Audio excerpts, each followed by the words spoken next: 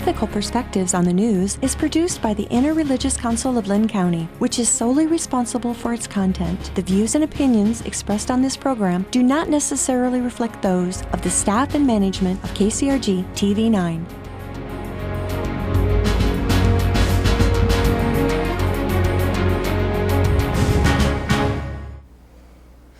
Good morning.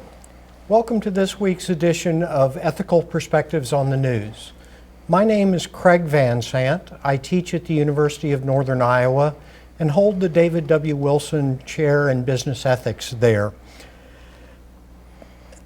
Our topic today is universal basic income, an idea that government should provide a monthly income to every citizen regardless of need. Although I had assumed that this was a relatively new idea, I was surprised to find out that it has been contemplated in various forms for several centuries. On our show today, we hope to explore its foundations, how it might work, citizens' potential reactions to it, and how it could affect those who receive it. With us this morning is Alison Bianchi, an associate professor of sociology and the director of the Center for the Study of Group Processes at the University of Iowa. Alison, thank you for being here. Thank you for having me, Craig. I'm honored, really. Good. And our second panelist, Phoebe Trepp, is the executive director of the Willis Dady Emergency Shelter here in Cedar Rapids. Yes, Phoebe, thanks. Thank you for being with us. Thanks for inviting me. Good. And we also have John Solow, professor of economics, also at the University of Iowa. John, thank you for coming. Happy to be here. Good. Well, for the past year or so, I've, in my reading, have noticed more and more articles about this thing called variously universal guaranteed income, universal basic income, citizens' dividends. There's probably 20 different words that it goes by. But the idea is all that citizens get a set monthly check from the government regardless of need. Surprisingly, to me anyway, most of the articles that I've seen talk about it favorably and across various political spectrums. So it's been something that I've been very interested in. Much of my research has to do with technology's effect on employment, and for the risk that we will suffer widespread unemployment sometime over the next several decades, I've wondered about a universal basic income as a way of getting money to people. So that's my very unprofessional understanding of it. John, as the economist in the group, can you tell us how this might work and why it's even being considered? Sure. I agree with everything that you said. The notion has been around for some time. The devil is often in the details. So the actual proposals, there are things to be sorted out. And it does tend to have a fairly, it tends to have support from both the left and the right. So from the left, the notion was always that if society owned the means of production in a socialistic society, how would the citizens get the benefits of society's operations? And the answer was, well, if society owns the factories and so on and so forth, then the members of society should get the benefits from that, and that would be an income payment. On the right, obviously we're not a socialistic society, not to that level. On the right, the benefits of a universal income are seen mainly from, first of all, simplicity. So it's very easy to administer. Everybody, or perhaps everybody above a certain age, as you say, simply gets a regular check, regardless of income, regardless of condition. It's not based on family or family size, need not be based on age, might not be based on anything. Simply everyone, rich and poor alike, gets a check for, say, $1,000 a month. Obviously, to somebody who's poor, $1,000 a month is considerable money. Right now, the individual poverty line is about $12,000 a year. To somebody who's wealthy, it really doesn't matter very much. So it's a progressive thing, progressive income thing. And the other advantage of it, so one advantage is it's simple to administer and we don't have to decide who's eligible and who isn't. And the other is that because it's not affected by anything, any decision that an individual might make, it doesn't distort the choices that people make. So it should have no impact on work effort or on savings or on how many children you have or things like that. So it allows ordinary incentives to work. So both left and right like it. Okay. Alison, you do work with group processes, and I was interested to read some emails from you early on to talk about how American citizens might view this.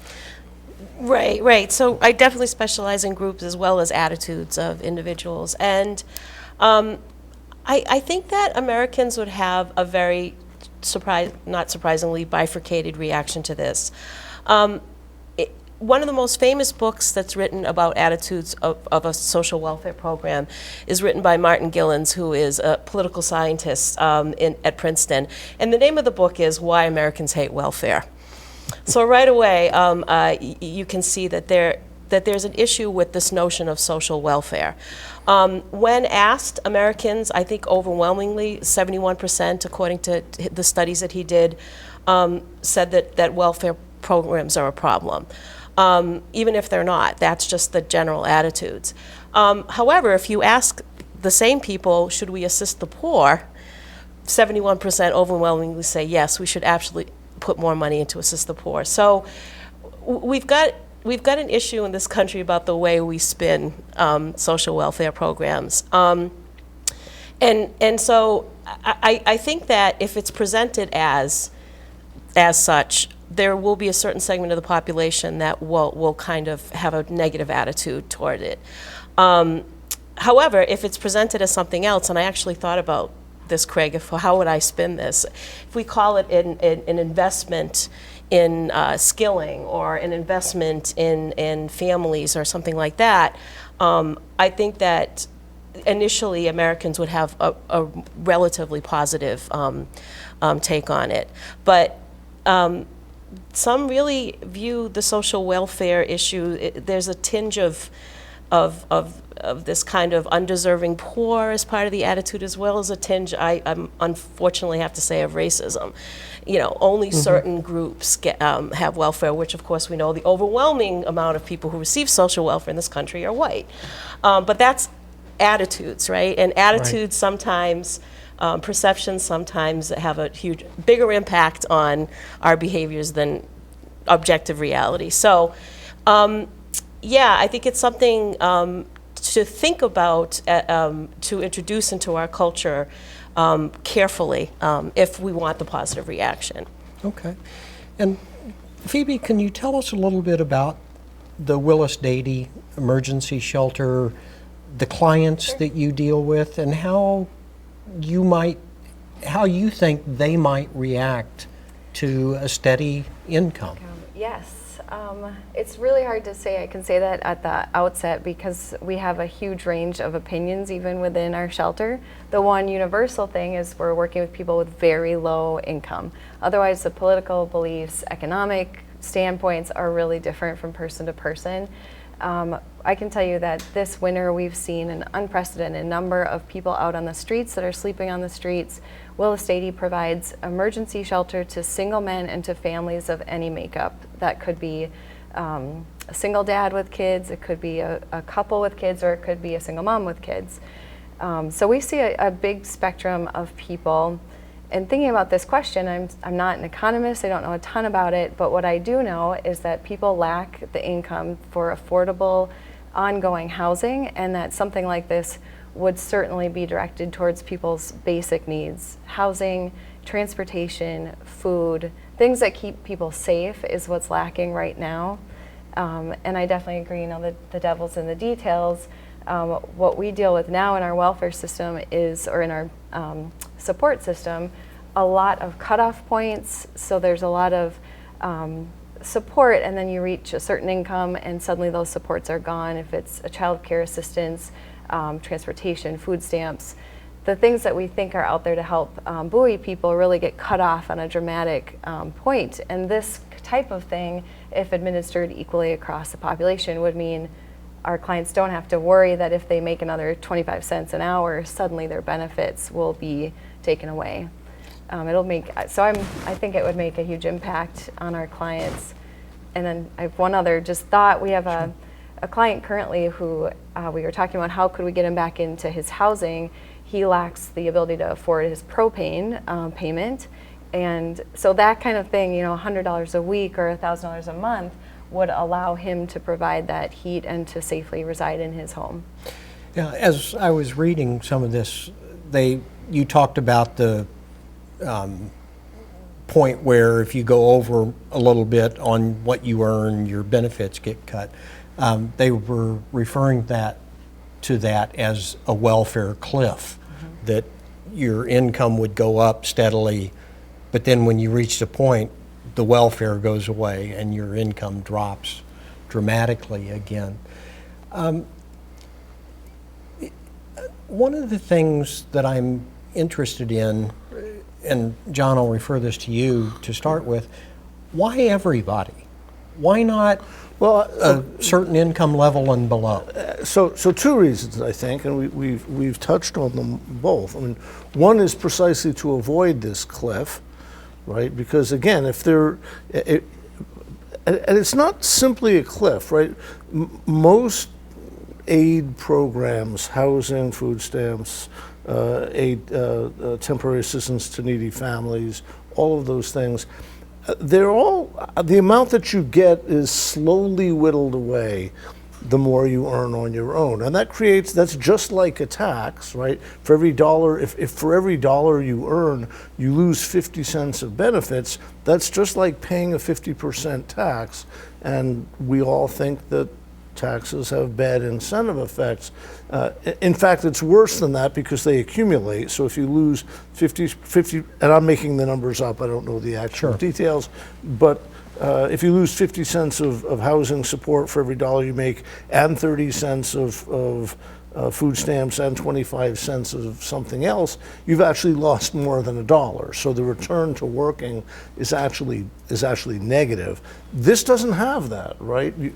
It's independent of how much you make. So the normal, for every dollar you make, you get to keep that.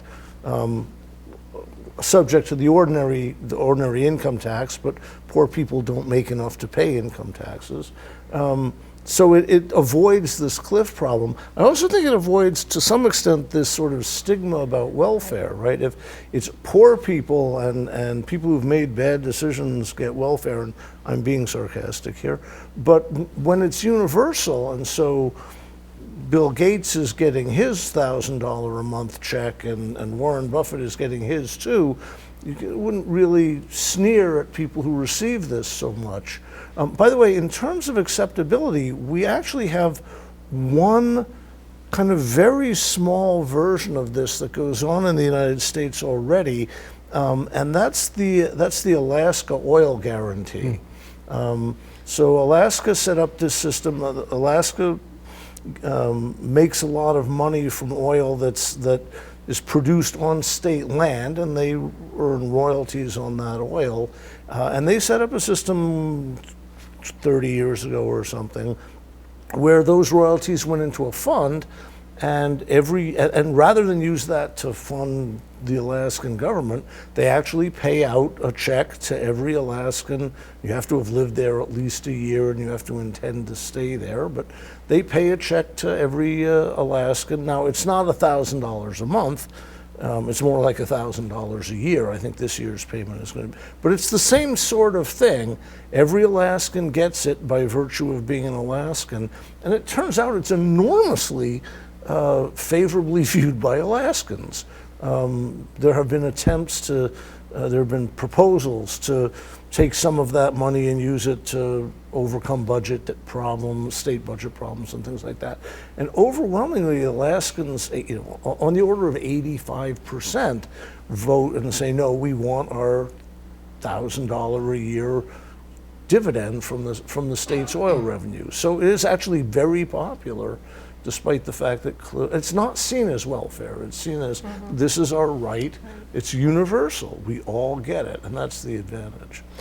Well, the universality of it, and you said reducing the stigma, you referred to that stigma. Do you think everybody getting a check would eliminate that? Right. I actually would like to ask John, initially when they first started this program in Alaska, how was it presented to, do you know, how it was presented to the citizens? No, I don't know. The idea was they were making all this money. The question is, what should we do with it? The initial idea was, look, someday the oil is going to be gone, and we want to be able to continue. So we're going to have a trust fund, and we'll build up this. And by the way, it started out a few $100,000, and today it's $50 billion worth of money. Right. So it's accumulating. They aren't giving it all out. And so they said, let's build up this trust fund so that when the oil is gone, we will be able to support our state. But part of it was we're going to give back a certain amount. And again, I think it's every citizen, every Alaska citizen. Again, if you show up on January 1st and say, I'm an Alaskan, you're going to get your first check on January 2nd the following year. They want to make sure that you're there. But it's everyone gets it. It sounds to me like the Alaskan local government was very wise not to politicize the original, the debate about it, and also the initial payouts. If you start politicizing things, if you start talking not about equality but equity norms, how much do I put in versus how much I get back, which is kind of quickly, these kind of discussions can spiral downward quickly. As long as you keep it with equality norms, and I think that this will make it more successful. It's why people argue the Social Security system has worked for so long. It's not just the fact that every worker, for the most part, puts into it, but everyone has an opportunity to get something back, and I think that that perception has really, really helped keep it going. If we could do something like that with this kind of national program, I think it would help. I fear, however, in the current climate, that something like this would be, any kind of program is open for politicization, so we have to be careful. Well, in reading some of the older justifications of this type of system, by older meaning centuries old, many of the theologians who wrote about it talked about the earth being given to all of us in common. And so whatever benefits came out of the natural resources should be distributed to everyone in common. And one of the things that I studied as a business major was how we justified privatizing public lands. And these theologians gave the 180-degree opposite argument that John Locke gave, which was, if you just put some of your work in with the land, if you fence it, if you till it or something, then it can become yours privately. And these earlier theologians argued very strongly against that. One of the things that I was going to just add please. to a little bit of the perceptions that people have currently. I think there are a lot of negative sort of stereotypes about what someone who's homeless is, what that means, and the choices they've made, as you kind of mentioned. So when I think about a universal payment, how would that change if you are downtown, a business owner, and that this person coming in might actually have money to shop in your business instead of to be outside asking for money and panhandling. Sort of, how does that change if you actually understand that this person has enough to pay for their housing and food versus not knowing if this person really can survive without the amount of change or the hamburger that you leave for them. So I think a lot about perception obviously is very important, but to me it does give back also. That person that's getting that check is going to be paying for things in our community similar to that person who's middle income or upper income. It's just going to be different things that they're buying. They might be able to save for I don't know if people use their money to go to a vacation versus paying for housing, but everyone's going to do something with it and contribute back to the community. So that's one of the aspects I like about everyone gets it regardless of income. And we do see, you guys mentioned jobs as well, but there is this fear of, if I'm a disabled worker and I'm earning Social Security or I'm eligible for Social Security, going back to work is decentivized. I don't want to risk losing my future stability. If we look at you're getting it regardless of how many hours you work, suddenly that is lifted. There's a different incentive to work, which is just actually working, which people enjoy doing. Sure. If they can find a job that fits them. Well, and I think that's one of the fears that people have about the universal income, is that it will be a disincentive to work. And yet, my understanding in the experiments that have been done, that's been shown not to be the case. Right. So once again, the sociologist tells you the bad news. Again, there is this perception about work, jobs, and identity that's really, really strong amongst Americans. You know, we have a lot of kind of assumptions in our culture about a meritocracy. If we work really hard, if we get the right job, this is a good thing. It's really, really part of our identity, and that anything that jars that is somehow going to de-incentivize this kind of search for identity and meaning. Like you said, I think the experiments, I believe Finland has tried it and it's working out pretty well. They're just starting, I think. Right, Finland's just starting. I think we can look to other social systems similar to ours to hopefully realize that that's simply not the case, and that and you can also flip the argument. If in fact a job is not just about the money, then this shouldn't be an issue, right? If a job is about social status and esteem, as well as really kind of finding meaning and identity, then this really shouldn't matter. So you can flip the logic and play games with the naysayers. And on that end too, I think a lot about the difference between survival and thriving in your community. And right now at our shelters, we're working with people just to survive, and having a check helps them survive. Employment helps them thrive, helps them connect and have self-worth, helps mental health. And I was fortunate to be able to help start a business for low-income earners with disabilities, and the biggest struggle we had was these fears of, if I go into the workforce, I lose my safety net. And that's really hard to convince somebody that they should write away that check. Sometimes it was a dollar for dollar loss, sometimes it was less, but that was the biggest thing we had, not that people didn't want to work.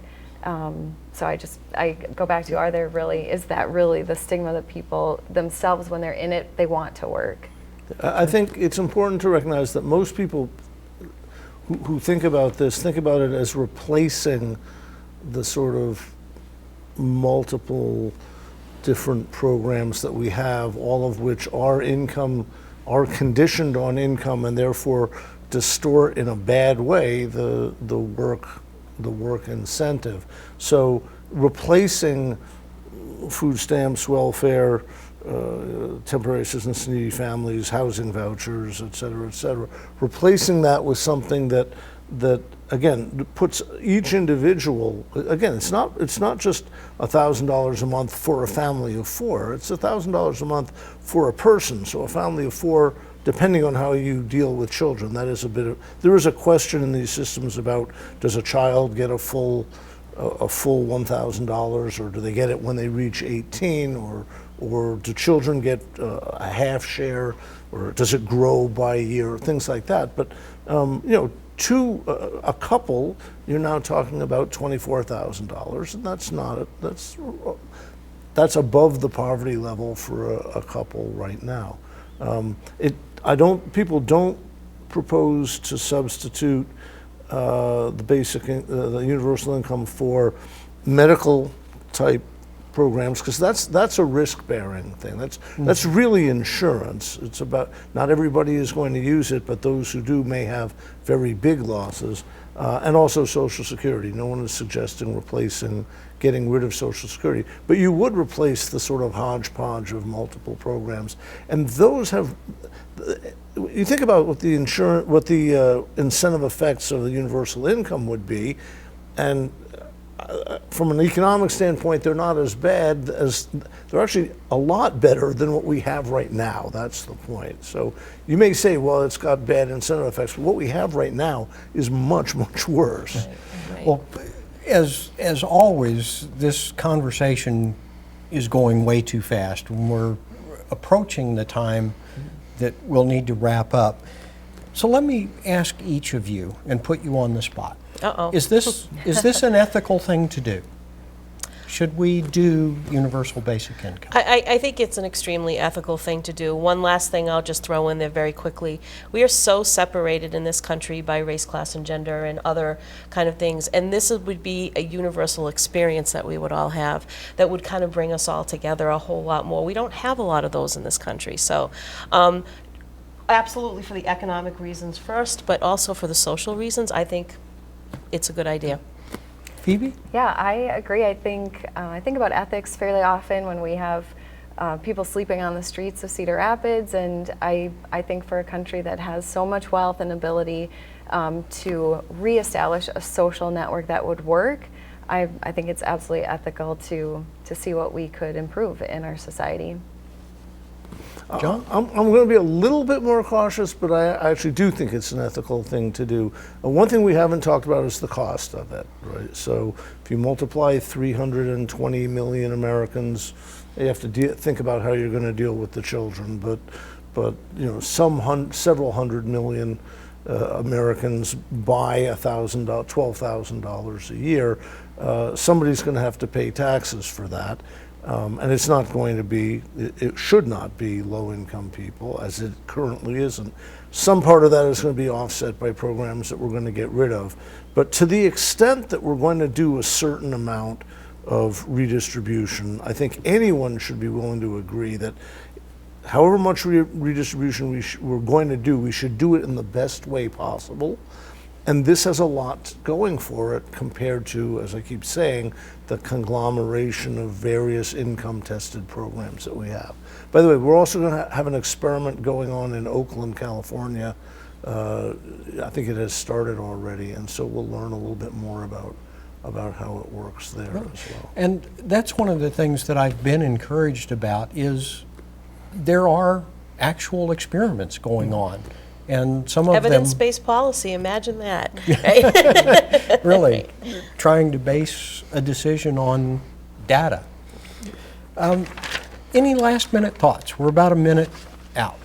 How about you, Craig? Do you support it? Do you think it's ethical? I absolutely think it is, and not so much for the reasons you all have talked about, which I agree with, but I think we're facing a really major change in our employment picture in this country, and we have to figure out a way to deal with that new situation. On behalf of the Interreligious Council of Lynn County, I want to thank you all for watching. I certainly want to thank our panelists for a very enlightening discussion. Have a good week.